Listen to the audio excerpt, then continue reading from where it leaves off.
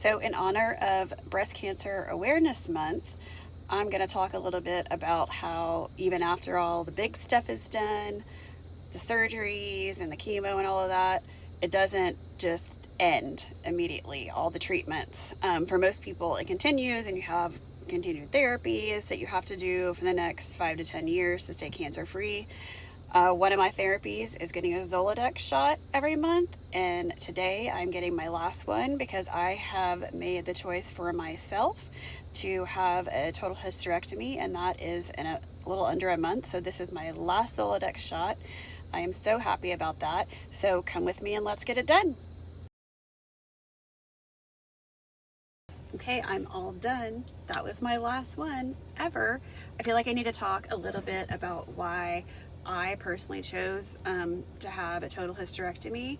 I'm a nurse practitioner in my professional life in the women's health area. I work in an OB/ER.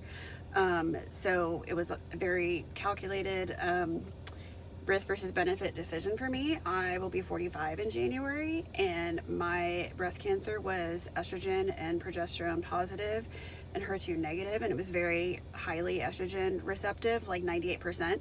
And so for me, the therapy to keep the cancer from coming back, it was recommended 5 to 10 years of these injections and an aromatase inhibitor. I'm actually on a trial drug called camizestrant. It's like an aromatase inhibitor. It just has less side effect. I actually randomized to the actual trial drug, so I'm on that.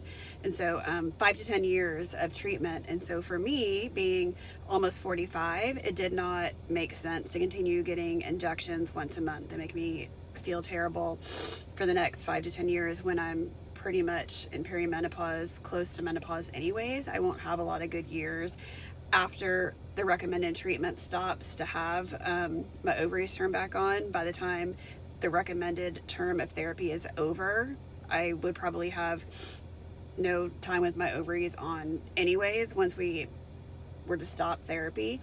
So for me, it just made sense to have it out, less risk of cancer for all the things.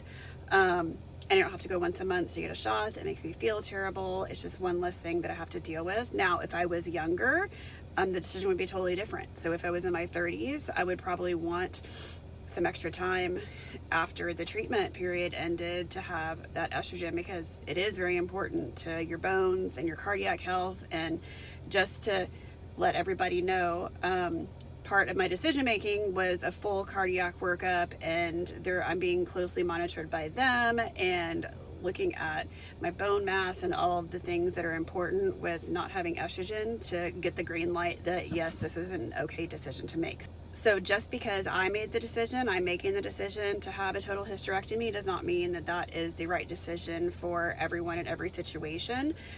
I again went through the risk versus benefits and how it affected my life and my care, and for me this is the right decision. So I would just encourage anyone who is going through breast cancer or just cancer in general to ask questions and look at everything as a risk versus a benefit and how it's going to affect your life, and choose what's best for you.